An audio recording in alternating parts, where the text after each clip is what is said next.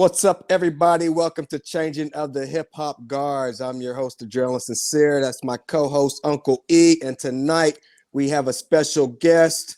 Thank you so much, JD from the Lynch Mob, for joining us this evening. What's up with y'all, bro? How you doing? What's up, Uncle E? I know this shit took forever to hook up, but I appreciate the opportunity, homie. Thank you so much. Yeah, thank you, man. It's our pleasure. Glad we finally were able to make this happen. So let's have a good time tonight and enjoy ourselves. Yeah, definitely. We want to take it back to the beginning. We want to take it back to the beginning and then work our way up to what you have going on in 2022. For those who may not know, may have forgotten, can you take us back to where JD was born and raised? Well, I'm a byproduct of South Central Los Angeles. I grew up on the east side. I grew up in what is known as like the Swans and the neighborhood families where the Bloods are. And we borderline the projects, which was the Avalon Gardens. And then to the east of Central Avenue was the Kitchen Crips and the 8-9 East Coast Crips. So this one Blood neighborhood was surrounded by all Crip neighborhoods. And man, interesting is an understatement. You know what I mean? That's where I really got learned my grit and my grind at. Right. What was a day in the life like, teenage years for JD growing up in South Central? Well, after about the age of 13, 14, you know, I started getting into a little bit too much shit. And like I said, the local Bloods, they always wanted to recruit me and put me on. And I wasn't no Blood, you know what I'm saying? My aunties and uncles were all Crips. So I used to have to slide through the alleys to the bus stops, you know what I'm saying? With my little 25, my little 32, hop on the bus, slide to the west side, and slide back the same way. And the safest route was through the projects because they was Crips. You know what I'm saying? So I had like a somewhat of a pass to get through the Avalon Gardens just to get my ass to school and back. So my shit was adventurous, bro. I got busted on and shot at the age of 14. So, you know, I was really that South Central kid, bro. Gang banging and shit, selling drugs and committing crimes, and really I can't brag about it. I don't want to vilify the shit, but man, your typical South Central kid, bro. Right. Let me ask you, just for my ignorance, right? You just described how that was for you growing up and everything that you had to do. Can you explain a little bit for those that may not know? Let's say there's a kid growing up in that area, that neighborhood, that doesn't necessarily want to be involved, right? Like it's trying to just, let's say, go to school, do their thing, maybe play sports. How does a kid like that navigate through those streets in that type of environment that you just described? Well, I had homies who were straight star athletes, bro. And when they took off their cleats and they took off their pads and their helmets, they'd beat the brakes off you. You know what I mean? And they were Crips.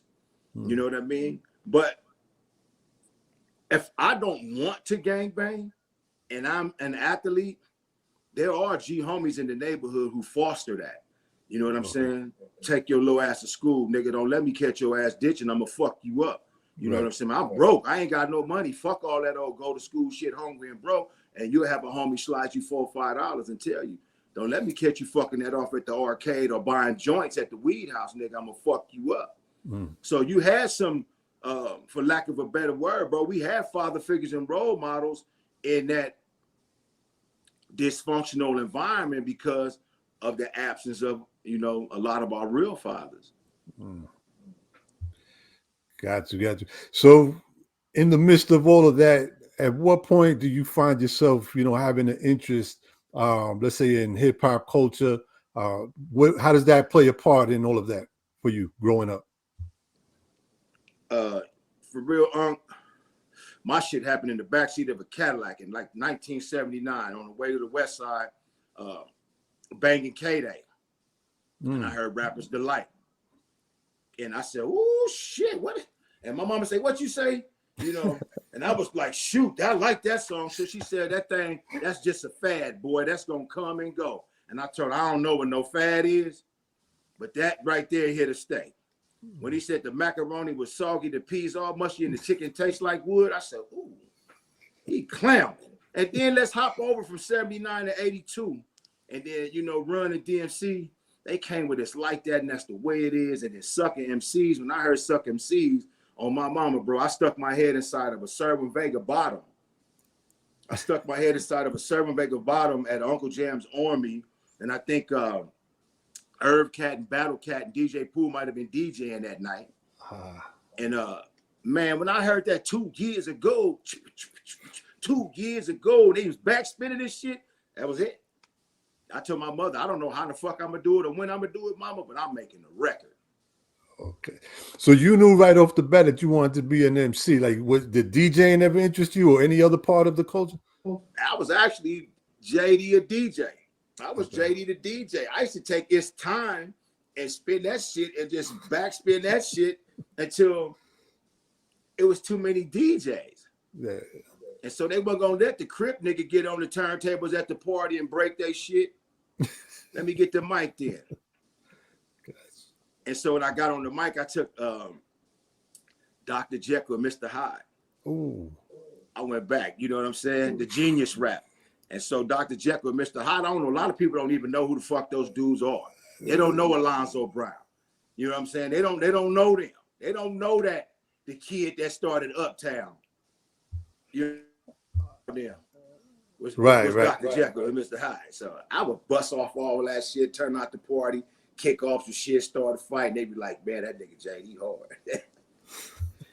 Right. Shout out to Andre Harrell, man. Absolutely. Dr. Jekyll and Mr. Hyde. That's dope. For those of us who weren't able to witness something like Uncle's Jam Army, take us back to what you witnessed with Uncle Jam's Army out there in California. Well, literally, the mantra was 10,000 party people, right? So imagine not having a concert, bro, but just a party. You might get a few stars sprinkled through there, but this was a party that showcased the city's DJs.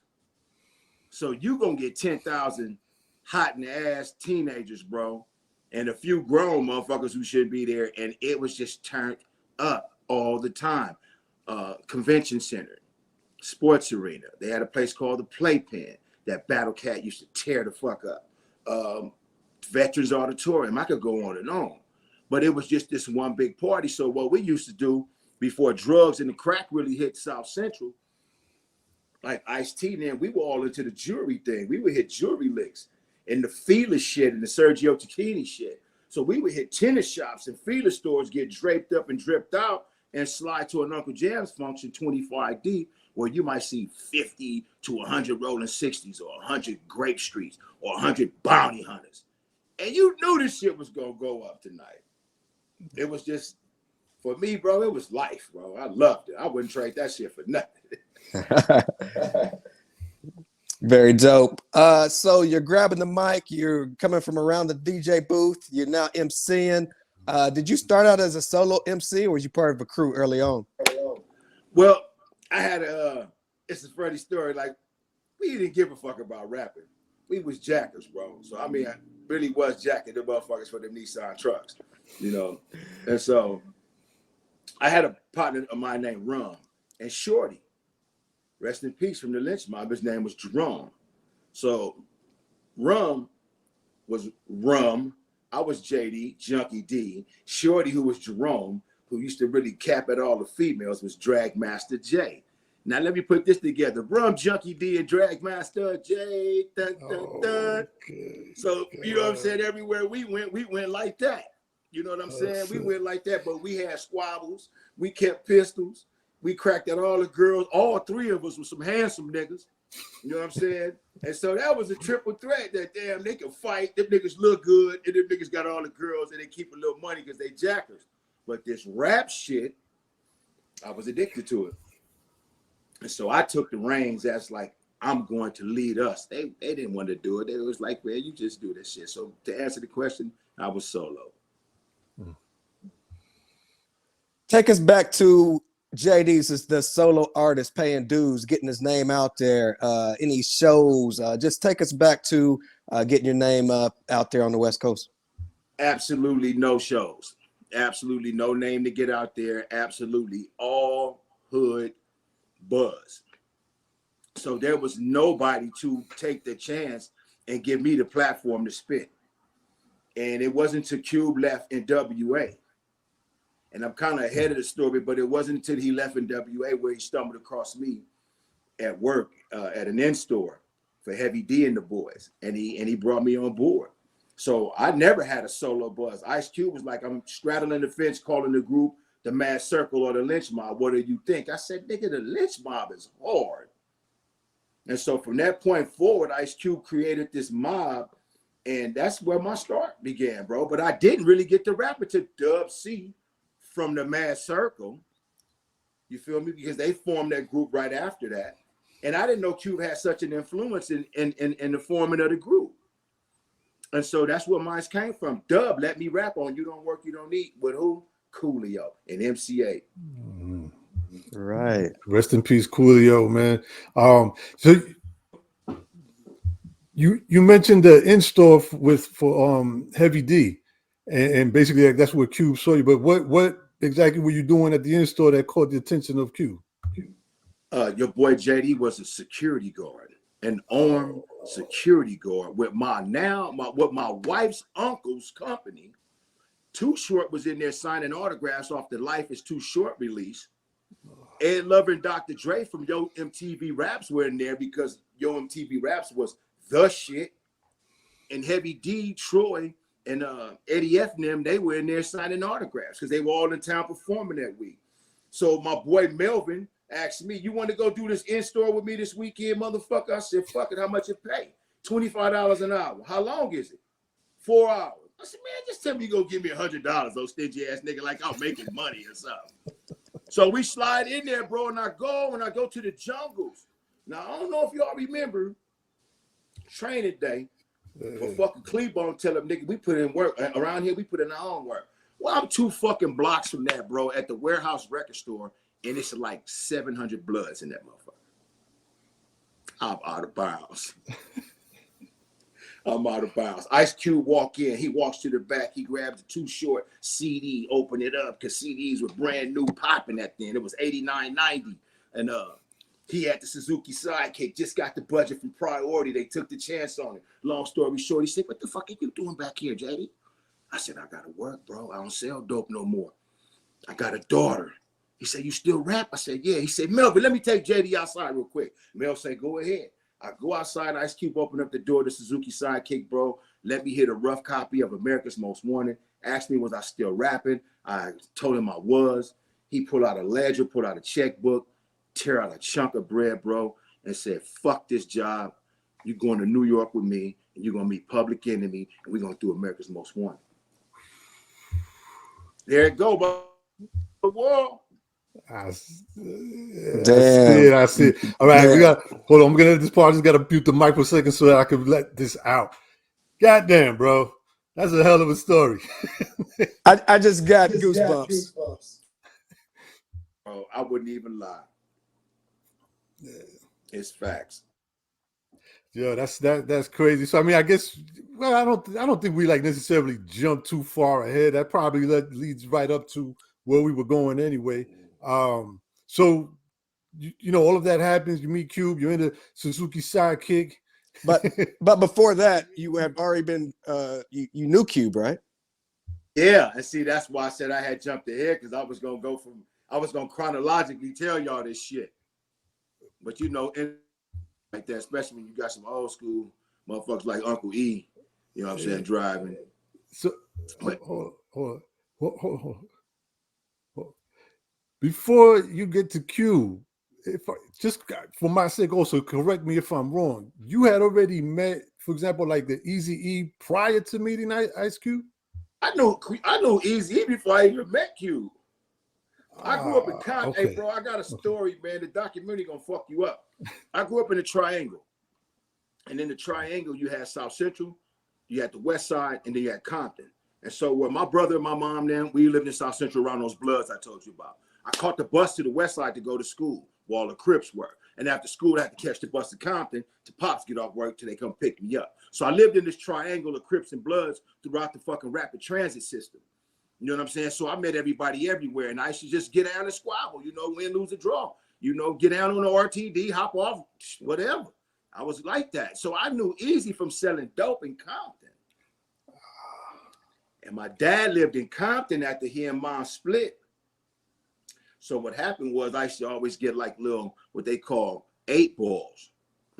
8-ball rolling really wasn't about old English. It was about an eighth of Coke. And Easy E had the 8 balls rolling all day. You can get them for $150 and make 300 off of it. So like I was telling my man Ben Westhoof in the original Gangsters book, I used to stash $1,000 in each tennis shoe in between the sole of the shoe and my shoe. So I can always break with my bread if I had to. You know what I mean? Nigga was just, man. And Easy, man, Easy used to front me dope. It's a whole lot of shit with E, man. I don't even discuss because, you know, that's our shit. And I respect Lil Easy to be putting all that old shit out there like that. They might not want that out there like that, bro. Right.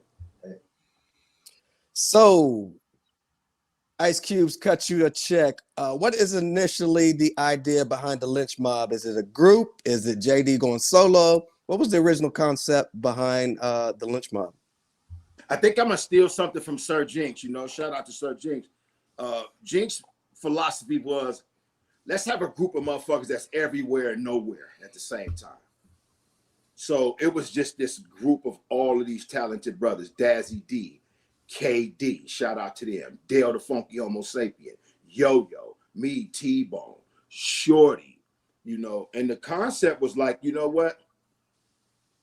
I have a group of individuals that if I decided to splinter out like this, I could produce both sides of the aisle and still be Ice Cube. So Cube was just weaponizing the label that hadn't even been born yet. You feel me? Right. So he takes you out to New York, and you, like you said, you previously listened to the rough cut of America's Most Wanted. What was your initial thoughts and production from Public Enemy, Bomb Squad? Well, I had, shout out to Chuck D, my brother. I met Uncle Chuck in L.A. And so like when Cube had wrote that check, my first instructions were to get another car, you know what I'm saying? Make it up here to Echo Sound Recording Studios, and to come do all these just ad-libs. Not really even ad-libs, but to sit for fucking 2 hours on inside the mic booth and let you guys just ask me question after question after question. And what I would do, basically, I got interviewed for 2 hours. And what they did was chopped it completely up and inserted that shit throughout 2 albums. And so that's what you got. Jack them motherfuckers for the Nissan trucks, right in the drive-through. And if you listen to the backup, you say, well, what you used to do? You know what I'm saying? Where at? McDonald's was my spot. Hello? So that's what we used to do. McDonald's was my spot.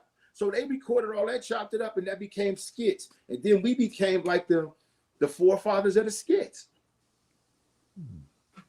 You know? Right. What do you remember most about the recording process? Some of your best memories of America's Most Wanted? Be honest with you, brother. Chuck D. Excuse me 1 second, fella.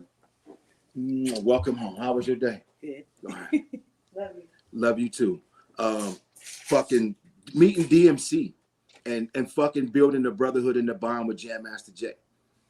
And I cried like a baby when Jam Master Jay got murdered, man, because Jay used to fly out to California. But when I got off the plane, bro, I was so in awe of this big ass city. You know what I'm saying? And I'm a stomped down Yankee fan. I mean, from the days of Reggie Jackson, you know what I mean? You know, and people don't understand that they thought it was gang related. It wasn't. I've been loving the Yankees since '77, you know. So I get off the plane, I fucking meet D from DMC. DMC, is this Daryl McDaniels? And he's like, yo, what's up? You drinking? I'm like, this nigga D from motherfucking Run DMC actually did I want a 40? Yeah, nigga, I want a 40. So I'm in awe. And then I meet Eric Sadler. I meet Hank Shockley. I meet Keith Shockley.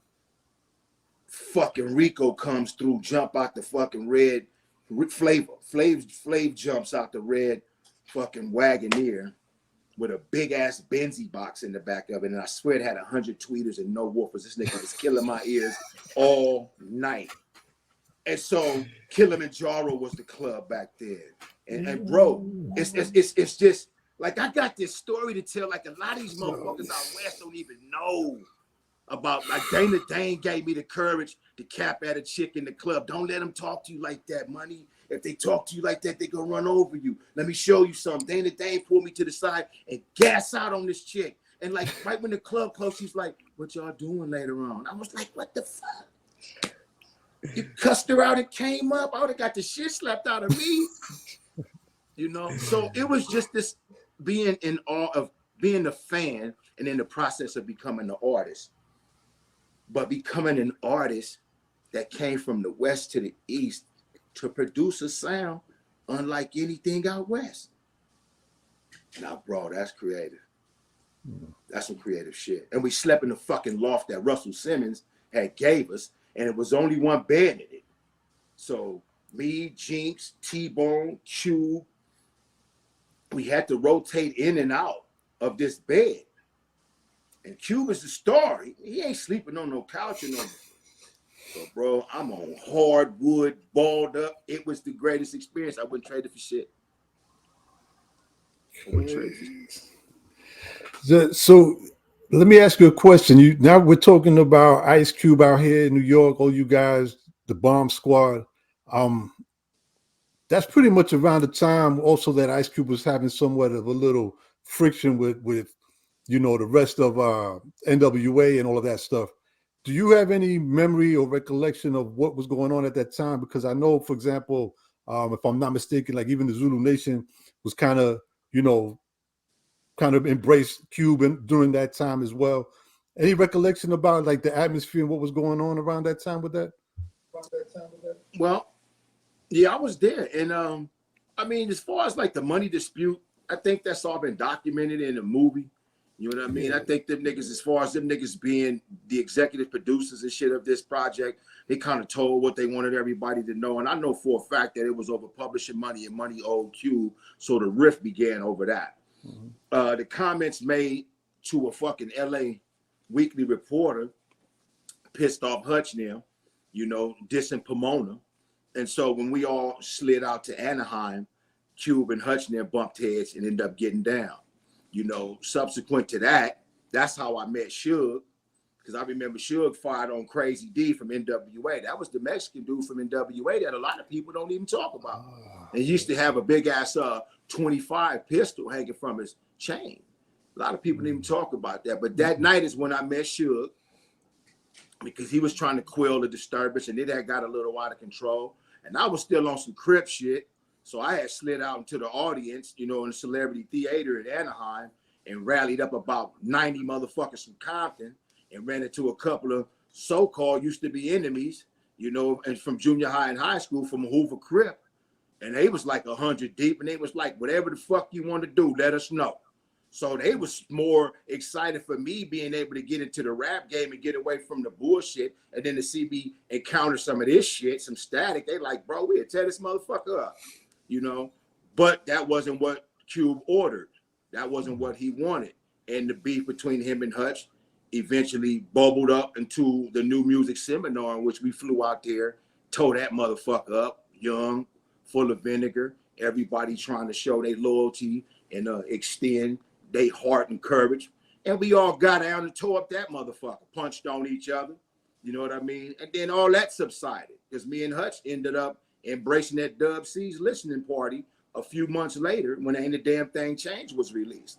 So, I mean, you got to give above the law they respect for one fact. They were showing their love and loyalty that they had pledged to Easy, because they had came out living like hustlers. And you got to get a Lynch Mob they props, because they wasn't going to be motherfucking subjected to no Buster shit. And we was pledging our loyalty to Ice Cube. So those two young heads, the artists, after it was all said and done, I think we all came to an understanding, man, that shit. You win them, you lose them, nigga, just get out. You know what I mean? Right. During this time, what do you consider your greatest memory tour-wise? Some of the best shows, lineups. What do you remember best about America's Most Wanted tour? Oh, I'm not gonna say this other shit because my wife just walked in the house and worked, so I ain't gonna tell you I ain't gonna let it come in here and smack me in the back of the head. But I think America's Most Wanted, all the way to the Dangerous tour with Too Short, all the way to the Fear of a Black Planet tour, to really how we got out there was off the unfortunate loss of Trouble T. Roy. And when Trouble T. Roy had lost his life, bro, they had called Cube and asked him did he want to fill that gap, because Heavy had to get Troy home and deal with the services and stuff. And man, all bullshit aside, man, that's where I met Scarface, Willie D, Lil J, James Prince. He wasn't even, man, he was Lil J, you know what I mean? He didn't hit a Prince yet, you know what I mean? James Johnson or something, you know what I'm saying? So that tour changed my life, man, because I saw artists basically tell me, you just as dope as the next motherfucker. Don't let nobody sell you short, dude. Don't let nobody sell you short, dude. You just as dope as the next motherfucker. So if you decide you want to do this by yourself, trust me, you can. And that's where my confidence was like shored up, and you know, that was it. After that, I became too cocky, I think. Right. From 1990 to 1991, Cube makes the transition, cuts his hair off, is, you know, going to practice Islam. What discussions do you remember having from that transition? And did he influence you in any way to, you know, go that direction? Well, I think, and I thank Shorty, rest in peace for this, because Shorty and Cam and Brother Ryan Muhammad, those were the most influences of Islam in our circle at the time. And Brother Shorty, like myself, and I still am to this day, I was a motherfucking weed smoker and an ex-gang member and an ex-criminal and all this shit. So I wasn't going to just go embrace some religion because I needed to kind of absolve from my motherfucking mistakes, if you will. You know what I'm saying? I didn't need no absolution that tough yet. But the information that we were getting from the minister at the time, bro, it was like, as a young black man, we wasn't getting that in the streets. You wasn't getting that in the classroom. You know what I'm saying? You wasn't getting that from the big homie. Shit, to be honest with you, I didn't have no big homies telling me quit eating pork. You know, but after I got this information from Cam and Shorty and them, and I saw with my own eyes what this information can do for your body, your health, your life, so I took that shit back to the big homies. Changed their dietary habits. So as far as information goes, I loved it, but I wasn't going to embrace no organization because I felt like I was leaving one to be a part of another one. And I wasn't going to do it that way. Right. Now, during this time, is the formation of the Lynch Mob kind of materializing as far as you and the other two members, or are we still kind of individuals as the Lynch Mob going into death certificate? I think it was an argument that took place, and everybody don't like to talk about this one fact, though, dog, but this is the truth. It was an argument that took place about who was going to be a part of the Lynch Mob. Certain motherfuckers said that we didn't believe in JD and T-Bone. Shorty was never even mentioned. The brother Marky name came up, but Marky had ended up with a deal with his boy Yomo. Yomo and Marky ended up signing to who? Ruthless Records. You understand what I'm saying? So now it was two of us needing one more person because Marky had declined. You gotta respect it. There's a bigger bag between the two instead of splitting it three ways. I'm gonna respect that. You know what I mean? So the other members of the group, as a whole, was like, man, I don't want to rap with them. I'm gonna rap solo. So KD did his thing. Dazzy D did his thing. Dale did his thing. I said, well, fuck it. I'll write some of Shorty shit if he'll rap it. And Cube said, I'll write the rest. We put together the group. Nobody believed in us, bro. None of this upper echelon motherfucking shit that exists now, none of them dudes believed in us. You know, only people believed in us was DJ Woody, Rashad Coles, Chili Chill, and T-Bone. That's where our music came from. And so me and Ice Cube sat down and we scribbled out an album. And that's where you got Gorillas in the Mist from. And it was crazy because I told him, I don't want to do no political album, bro. I want to do a gangster rap record. I'm not no fucking politician. I'm a fucking street motherfucking nigga. You know what I mean? And that was my mentality at the time. Excuse the ignorance, but that was my mentality. You feel me? And so I wasn't going to apologize for that shit. So when I got to talking about the white man, this and the white man, and I'm like, nigga, I got 3 bullet holes in me, nigga, from niggas. The white man didn't shoot me. You know what I'm saying? He didn't tell that nigga aim that gun at me. I don't give a fuck if he manufactured it. He didn't tell him to make them choices and decisions. So I wanted to rap about the nigga that shot me and let that nigga know I'm looking for him. Right. I mean, that's what my counterpart did. My brother Cube did. So I wanted to kind of emulate that. I wanted to expound on that. I wanted to say what the fuck he didn't say. Because I was angry. You know what I'm saying? Right. I didn't get a chance to ask you when you first started to experiment with rhyming and writing rhymes and stuff. Who were you looking at as far as influence, or if you had anybody that was trying like somewhat influencing your style of rap? Eddie Cheever. Eddie Cheever. They can say, what? How you gonna say Eddie Cheever, JD? Schoolie D. Okay. Chill Rob G. Cool Mo D. LA Sunshine and Special K. That was my choices because that was my fucking crate of records. That was my crate of records that my boy Chevy Shank brought me from New York every time he went to New York. So I would get fucking 12-inch versions of shit that nobody would get. They didn't know nothing about the Mastodon Committee. They didn't know Dr. Dre Big Ass was from a group before he did Yo MTV, you know? So it's, you know, OC and Crazy Eddie. They don't know about this shit, bro. I'm a fucking real hip hop head. I ain't even got to the West yet. You feel me? So those were my influences. And so the real gangster rap, and Ice-T would tell you this shit, the real gangster rap was looking at my Gucci, it's about that time. You know what I'm saying? Man, that nigga wasn't playing. PSK, we making that green. People always say, what the hell does that mean? Come on, man. Take that shit and go over here. 6 in the morning, police at my door. Fresh Adidas squeak across the bathroom floor. There you go. The same shit the big homie was influenced by, all of us that was really hip hop heads were influenced by. Because LA didn't have that sound yet. LA had Rudy Pardee, the LA Dream Team.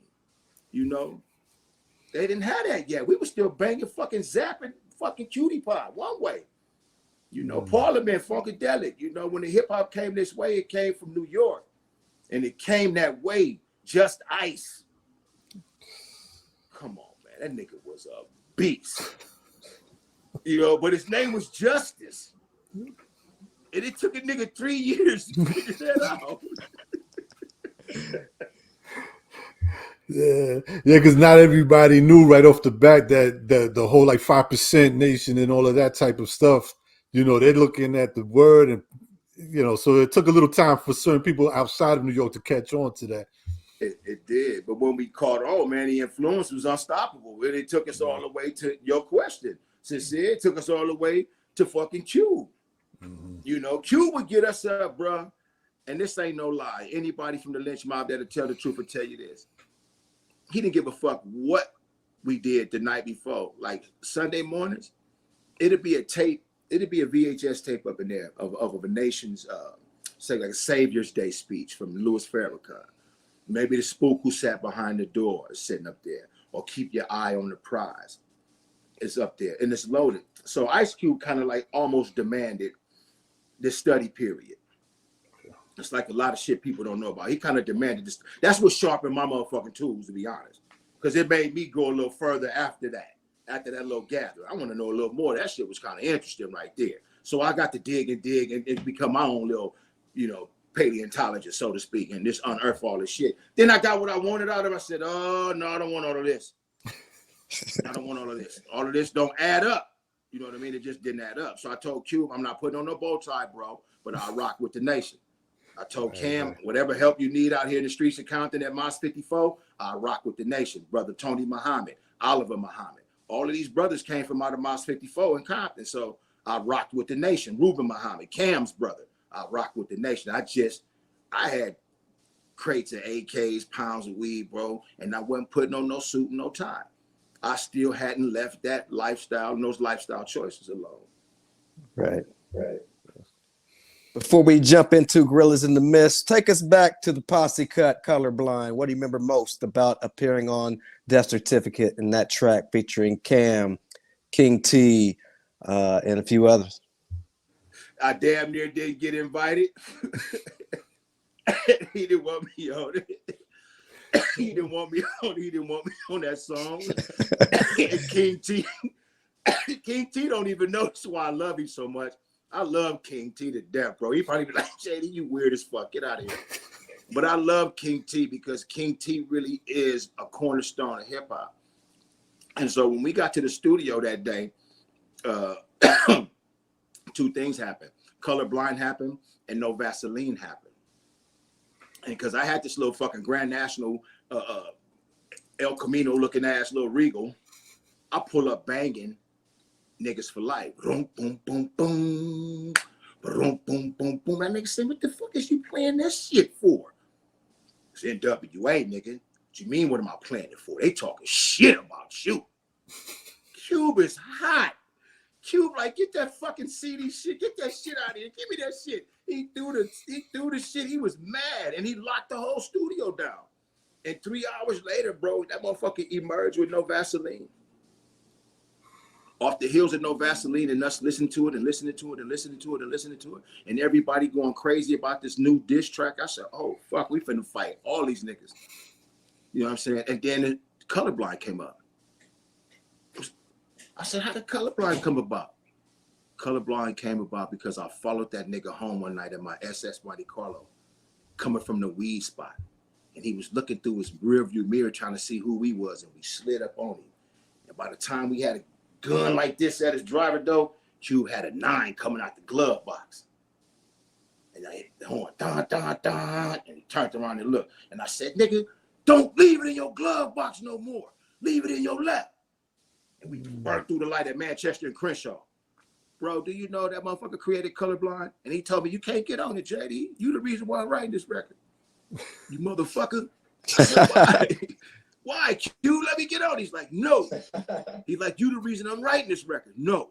I was like, Q, come on, nigga. I was just trying to keep you sharp in traffic, my nigga. You can't be slipping like that in traffic, my nigga. So King T said, man, let that nigga get on the song, man. We was fucked up. We had fifths of Hennessy. We was drunk. And he let me get on it. So I said, man, I understand how all my homeboys feel.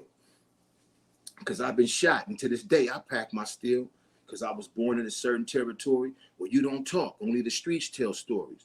Where blue and red bandanas run the streets. And if you slip it, you'll be 6 feet deep. See, me and T-Bone, we paid no mind. For the rest of the mob, we stay colorblind. We don't give a fuck what color your rag is. If you playing, you going to get it. So this wasn't about blood or crip. This is about being nice and being mean. That's simple. Very dope. So it's time to record your guys' debut album. Take us back to the creative process, the concept, the conversations going into Gorillas in the Mist. Shorty kind of kicked that off. I didn't want to do a political record. I told you. I wanted to do an album called Back to the Criminal Set. I want to talk about drugs, crime, CIA shipping tons of coke to my big homie Free Ray Rick and all of that shit, because that's what I come from. But Cube didn't want us to do that. He said, nah, the climate is changing. It's too much knowledge of self being taught. You got this motherfucking LAPD cop over here, racist ass, talking about the domestic violence call he just came from, was reminiscent to Gorillas in the Mist. So he referred to the black couple as gorillas. I'm like, wow, that's fucked up. So right then and there, I started seeing a need for this. And so Gorillas in the Mist just kind of came about. You know, Q said, voodoo, running for my magic. I was like, that's some X-Clan shit. And that's where it came from, Brother J now. So we built, let me tell the truth, Ice Cube built this concept around that one fucking line. And everything else just snowballed. And if you listen to the record, it's only 10 tracks. 2 of them like fucking Inside the Head of a Black Man and Also in the Group. And they take up space and time. They're not really songs. So technically it was 8. But because he got to deal with East West Atlantic, he had to fill this roster that he was creating. Yo-Yo, Cam, Lynch Mob, and whoever else came down the pipeline. It was all business, bro. And I didn't understand it at the time, you know what I mean? But it was all business. And we shipped 500,000 units based on his business model. So I was mad at the time. I'm gonna be honest. I hated that motherfucking record for a couple of weeks, bro. And then I've watched so many people just rush me. Y'all did this, New York, fucking Atlanta. I'm like, oh, fuck, DC? You don't get no love in DC. California niggas don't get no love in DC. That's some federal penitentiary shit. DC embraced us. We got invited to fucking after hour shit in DC with real ballers and shit, bro. You know, I was like, oh, they love the Lynch Mob. So what can you say? It was success that I didn't expect. Right. So that album, I mean, you know what we say, it peaked at like number 24 on the Billboard charts. What is it? Number 4 R&B and hip hop. Like you just said, 500,000 sold. Now you had previously worked on Cube's project, so I'm sure you saw kind of how that all went. But still in all, you said you really didn't expect Gorillas in the Mist to do what it did. But how did you deal with all of that?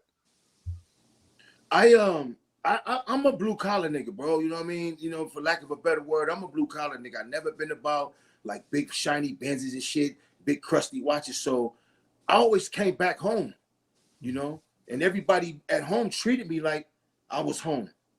So I never had a lot of fake shit around me. You know what I mean? That's why the decision to do what I did when I got this case, and it wasn't even my murder, the decision to do what I did was not, it was a no-brainer. Because my circle stayed small, and who I fucked with was who I fucked with. And so success, when it came, it was okay. Some money came, yeah, okay. We need some guns in the hood, bro. Go buy a crate of K's. You take this money, go get this. You know, I'm finna go holler at my Cypress Hill plug and get 15, 25 pounds of this prohibition marijuana. You feel me? And flood the streets and the projects in Long Beach like that with my G homies, because that's kind of what I was on. That was my lifestyle choices back there. So famous celebrity, you better not pull up on me talking about you want an autograph. You get the shit shot out of you in South Central. I'm not signing shit. You know what I mean? And I will hug you while he hold his pistol and shake your hand and all that shit and love you and all that shit like a brother. But I'm not signing shit. You know what I mean? And so I didn't spiral out of control. I never fucking shined on tour, bro. I took one pair of Levi's, 60 t-shirts, 60 pair of underwear, 60 socks. I never shined on tour. I didn't have to. Everything came to you. And so like the women scene, you know, you take a t-shirt off sweaty as fuck after a show and throw it out there. Nigga grab it. Nigga, get that to her. Nigga, we snatching the shirt from her. Nigga, I don't want to see you after the show, nigga. Having me signing some more shit. Get that to her. So there go your date for the night. Because now she got the shirt talking about thank you. So that shit kind of like took care of itself. So being like a hot-headed nigga, trying to be Ice Cube? No, I told Cube, I love you like my brother. I don't want to be you. I want your business model. That's all I wanted. I don't want your money, your status, your fame. I'm JD. I want your business model because that shit is unfailing. Right. That nigga ain't stopped making money since he started making money, huh? Right. So. Just also, you described how you and Ice Cube penned a lot to, you know, creating the album and stuff like that. When you saw Ice Cube making the transition into, you know, screenwriting, doing movies and all that, was that any surprise to you? No, because as a writer, I've never found a better writer. You know what I'm saying? Right. I look at writers. I'm a writer, you know. I publish stuff. I got screenplays. I got shit that I just shot to Cube. Me and Cube sitting down in the works right now. I got this one called Creole Rose, and it's so cold, bro. It's about a drug addict, you know what I'm saying, raised by her drug addicted parents in 7th Ward, New Orleans, you know. And like Cube, man, one thing that surprised me is that he became a household name so fast. You know what I mean? He became friendly, you know. He took on the role of this, that, and the other that was different than the bad guy, street gangster, and then people believed it. Mm-hmm. The nigga did Triple X. Mm-hmm. The fuck? The nigga did Triple X. The fuck? Who does that? Ice Cube did Triple X, bro. This is some Vin Diesel shit.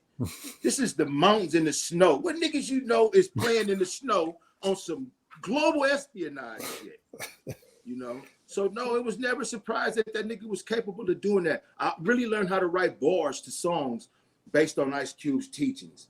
And he always taught me, write each line doper than the last line, and you're gonna have a bomb-ass song. You're gonna have a dope song. So I always use that philosophy. If this line ain't doper than the line I just said, I'm not writing it. And it has to string. He said you have to tie it together. Nobody wants to hear a bunch of random shit. Tell me a little bit of something in 3 minutes.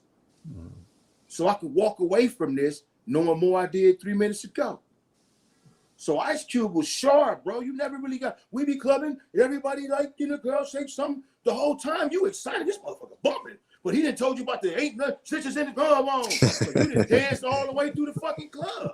You thought you was just with some strippers for 5 minutes. Nigga didn't know he had to get out the store. He had Target. You know what I'm saying? But for 5 minutes from the house to Target, you was at the club. We be clubbing. And you heard everything he had to say. So I was like, you know what? This nigga's a genius. Nigga's a genius. I love that nigga, man. I'm telling you, me and that nigga text each other every day, bro. That nigga answer my text and text me every fucking day. And it's crazy because the conversation we had when I came home, man, Ice Cube's a motherfucker, man. Ice Cube's smart as fuck, bro.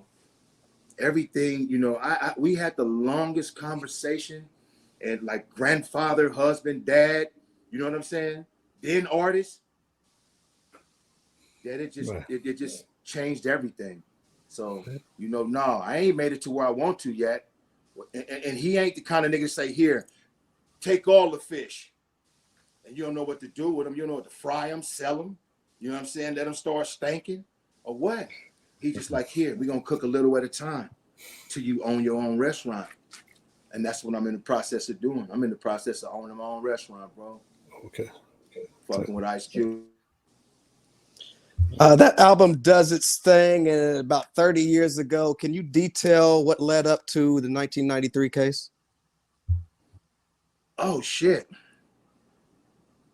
It was ego, pride, the inability to walk away. Had absolutely nothing to do with Ice Cube. You know what I mean? I left a house party and started bumping heads with my fucking brother-in-law roommate. And that shit just blew up and went out of control. But when it happened, it was me, you, and Uncle Lee. And so they told me to tell on Sincere and Uncle Lee. And I told them, fuck you. I don't know Sincere and Uncle Lee. They said, you do know Sincere and Uncle Lee. I said, well, if you know Sincere and Uncle Lee, motherfucker, you tell on them. You know, I never heard their names before. So the police fucked me up bad, bro, and hid me in jail for like 3 days. And then they charged me with the murder. You know what I'm saying? After I healed up, I was able to see my lawyer and my mom. And 28 years passed after that. The whole Lynch Mob, you know, they was like, man, JD fucked up. But nobody really take my side or really take my story as true, except Q. T-Bone knew. The police told T-Bone. We know JD didn't do it. Terry, JD won't tell on Sincere and Uncle E. Why? And T-Bone told him that ain't what he cut from. Right. So if y'all know who did it and you want JD to say it, just go get the nigga that did it. He might tell you himself. But JD not gonna tell y'all that. So I had to go fucking 19 years and 10 months to go to the board. They knocked me down for 5 years. I had to go 5 years to get told no for 3 years. I had to go 3 years to be told, okay, you can go. So by that time, it was 27 years and 10 months on the 29 to life sentence. And then the commissioner told me straight up, why didn't you ever tell on Uncle E and Sincere? I said it wasn't my belief system at the time, Commissioner, you know. But today, I don't even keep the company of those individuals. And I'm ashamed that I left them out there because I left them out there to harm others. He said, yeah, he's ready to go home. Yeah, he's ready to go home. So from that day to this day, bro, If it ain't about family, finances, and artistry, don't dial my motherfucking number. Right. Don't dial my number. I don't need you to pray for me. I don't need you to say, Lord, help JD. You know, yeah, nah. It better be family, finances, and artistry. Those are the only things I'm interested in, bro. Right. You know, everybody say you should be mad at Ice Cube. Cube should have gave you $1 million. When Bobby Shmurda came home, they gave him this and they did this for him and they did this for him. Shout out to Bobby. Bobby's a legend. He's a G. He kept his mouth shut. His people paid him and rewarded him for keeping it a buck. That's not how it is everywhere. You know, understand what I'm saying? And so for me to come home angry, wishing something happened bad to somebody else would just block a blessing, bro. The relationship and the friendship and the bond Ice Cube and I are building, Heavenly Father willing, homie, if it come to fruition, I ain't gonna have to worry about too much more shit. The 28 years won't be in vain, and I don't have to hurt nobody. Success is going to be my revenge. That's what JD's revenge. Success is my revenge is about, bro. Right. We at Changing Other Hip Hop Guards are definitely happy that you are home. Take us back to that transition after doing all that time. What was it like coming home in the world? Man, you might want to ask my wife that question. I'm sleeping in the halfway house with 2 knives on the side of the bed. I'm hearing sirens all night. I'm in South Central at a halfway house, bro. My very 7th night, because 6 nights I stayed with my wife. And so night number 7, my boy said, hey, man, you got to check into the halfway house, man. They're going to be coming here to check on you in the morning, check out your quarters and this and that and the other. You can have the whole front house to yourself. So I didn't have a roommate out the gate. So I was essentially a bachelor, you know what I'm saying, with a whole bunch of groceries and shit. And I was in this house by myself, bro. There wasn't no count time. There's no count time tonight. You feel me? There's no child time in the morning. You know, there is no vocation or no job to report to by 8:30. And so when I woke up in that motherfucker and I had this big ass fucking 40-something inch, 50-something inch screen TV my boy put in there. TV, bright as a motherfucker in that little ass room, bro. Bright as fuck. I'm laid back in the bed like, oh, what is this? I immediately just had an anxiety attack. How the fuck I'm gonna navigate this shit? I called my wife, how the fuck am I gonna do this shit? She said, one day at a time. So every fucking day I've been doing it one day at a time. Work one day at a time. Hustle one day at a time. Record one day at a time. Every fucking thing. The relationship, the marriage, everything, friendships, every bond is one day at a time. Right. And I just wanted to ask you, during that time that you were in there, because you mentioned before about wanting sort of to, you know, or you were looking at Ice Cube as the business model. So during that time when you were in there, did you think about those type of things, like what you would do when you came home, what type of business model you wanted to have? I mean, I know you're still recording. You mentioned your restaurant, but was that, you know, were you putting that together at that moment? Came home with a plan, bro, and that's why like a lot of people from my past are mad at me, you know. But like my real homies, they tell me straight up, don't get caught up with these motherfuckers out here. You feel me? You were accountable. When you were on the streets, you were accountable for 28 years independent. Finish living your fucking life, bro. We love you. We want to see you successful. Okay. But everybody don't. So I came home with a plan. Just in case you motherfuckers didn't want to see me successful, okay, don't play with this one right here. Because this is mine, and this is mine. Y'all can have everything else. I'm going to do one. Cube said, surround yourself with the greatest people and you'll create the greatest network. 2, always travel with your woman if you can, because your woman going to always be your accountability partner. And 3, the same people you start off with, bro, try to finish with them. You know what I'm saying? Especially when they're good to you. But your circle of friends has to be tight. So I always told him, the tighter the fist, bro, the smaller the circle. And I only fuck with 5 people. I need an empty hand while I move. So I only fuck with 5 people. And that's how I came home. So my restaurant is going to happen. It's not going to poison and kill every fucking body. My music, I just want to do it because I want it to be the soundtrack to the restaurant. You know what I'm saying?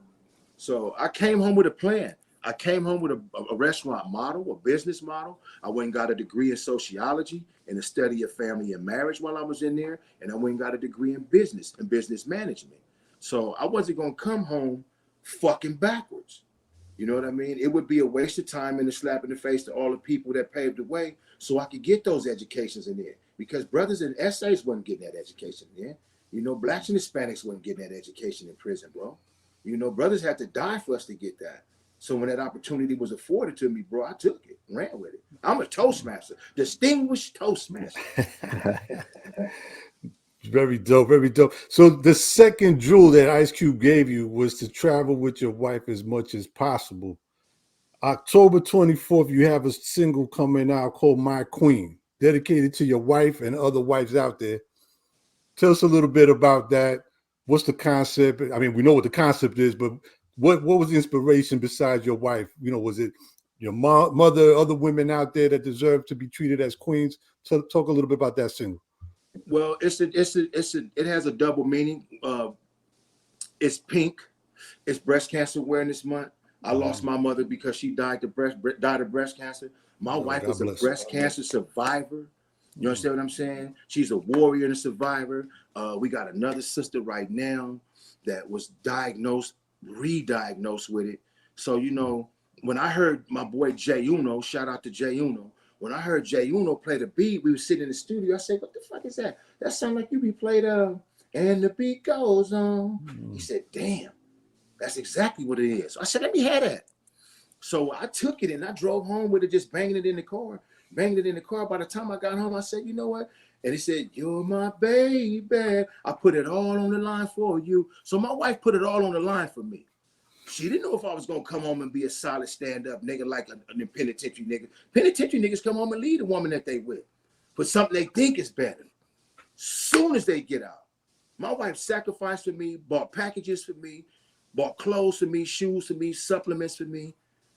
I'd be a goddamn fool not to honor that woman. You feel me? So with all the breast cancer survivors and warriors out there, and all the sisters that lost their lives, and all the sisters that keep these houses together, I know y'all got women in y'all life that don't let y'all just play that motherfucking game with them. Y'all got some great coming in y'all shit. I know y'all got somebody at home telling y'all they just ain't going for that shit from you. You know, you could be a celebrity to your friends. You ain't no celebrity at home. Motherfucking trash got to go out.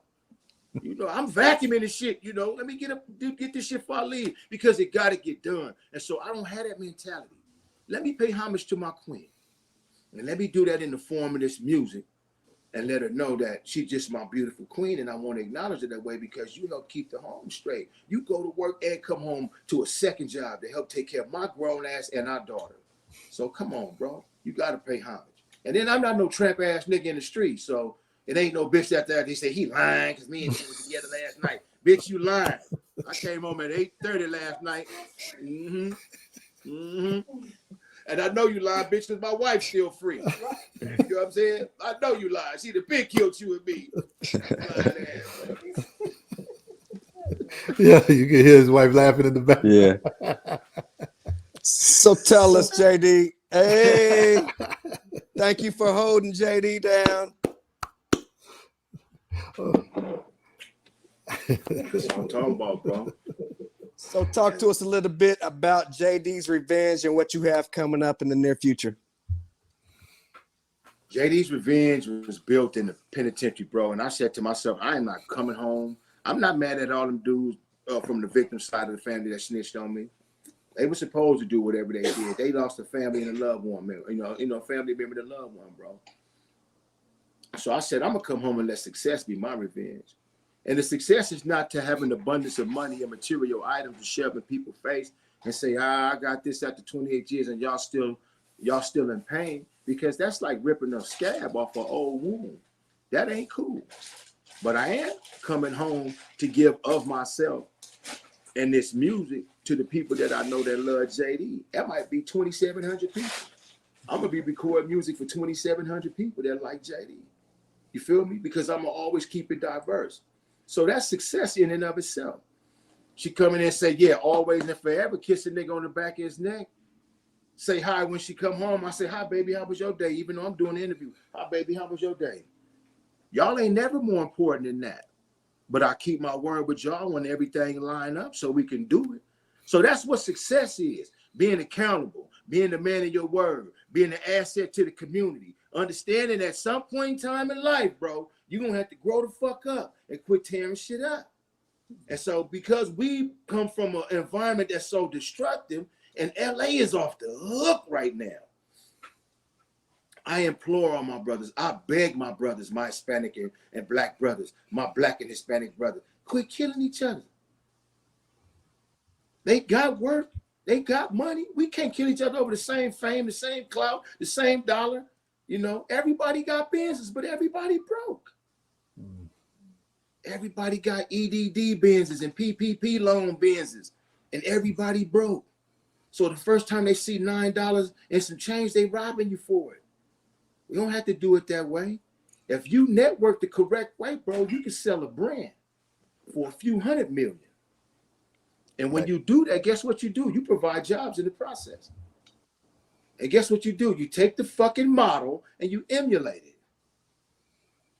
38 times the dollar circulates in the Jewish community before it leave. 27 times in the Hispanic community.